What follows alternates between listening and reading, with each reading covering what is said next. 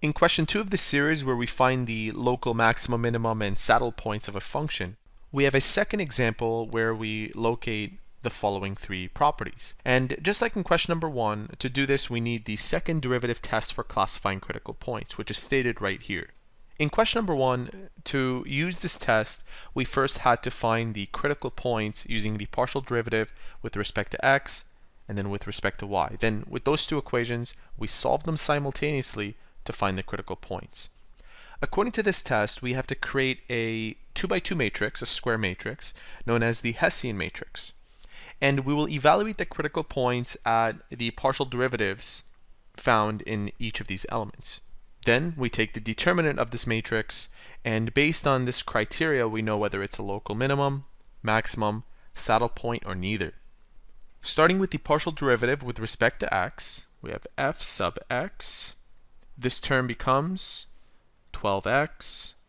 That term minus 6x squared, holding y as a constant, becomes a 0. And this term, holding y as a constant, taking the derivative of x makes it 1. So we have plus 6y. f sub y, starting over here, that's a constant, becomes a 0. So does that. That becomes 6y to the power of 1.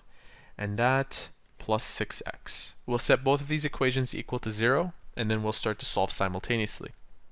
To do this, I'll factor out a 6 from both of these terms. I have 6 bracket y plus x. Dividing both sides by 6 gets rid of that factor 6. So technically what we have is 0 is equal to y plus x. Bringing that x over, I have negative x is equal to y. I'll substitute negative x right into there. So I have 0 is equal to 12x minus 6x squared plus 6 times negative x, that's negative 6x.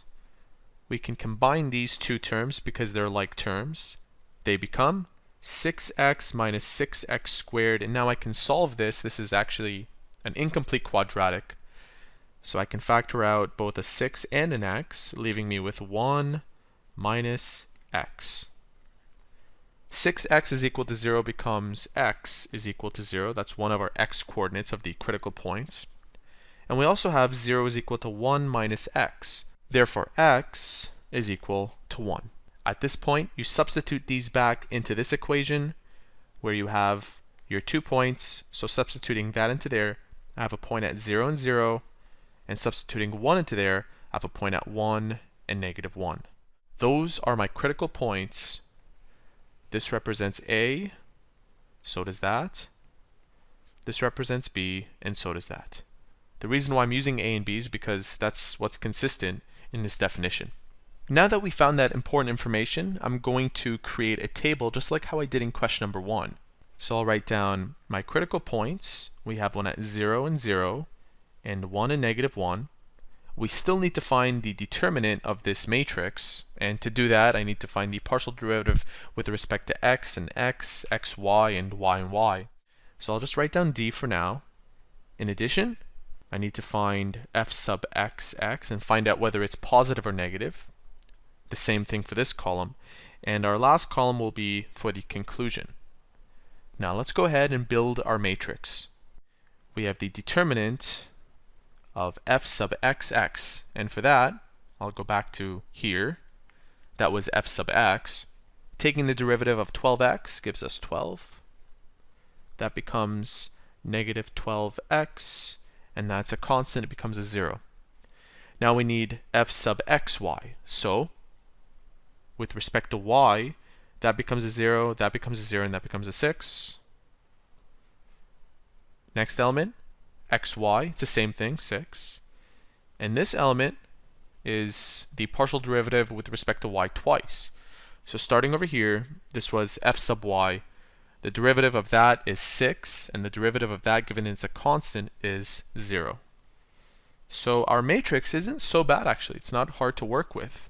The determinant is found by multiplying these two elements on this diagonal and subtracting these two elements multiplied. 6 times 6 is 36. That's easy. And 6 times 12 minus 12x gives us 72 minus 72x x. We can clean this up by combining 72 and minus 36, and that's equal to positive 36. So our determinant is minus 72x plus 36. We'll need to evaluate this at the critical point. So let's go ahead and do that. So here's our table again. Substituting 0 and 0 into here, we don't have to worry about this coordinate, there's no y here. We end up with a positive determinant. Substituting 1 into here, we end up with a negative determinant. Now f sub x, remember what that was. It was this expression. Substituting 0 into here, we end up with something that's positive. And substituting 1 into here, we end up with 0. To conclude, we can use the criteria. If your determinant is positive, and f sub xx is positive, which is the case in the first row, we have a local minimum. And if your determinant is less than 0, which is written right there, then your function is not a local minimum or a maximum, and that's the case for us. It was less than 0, and we say that it's a saddle point.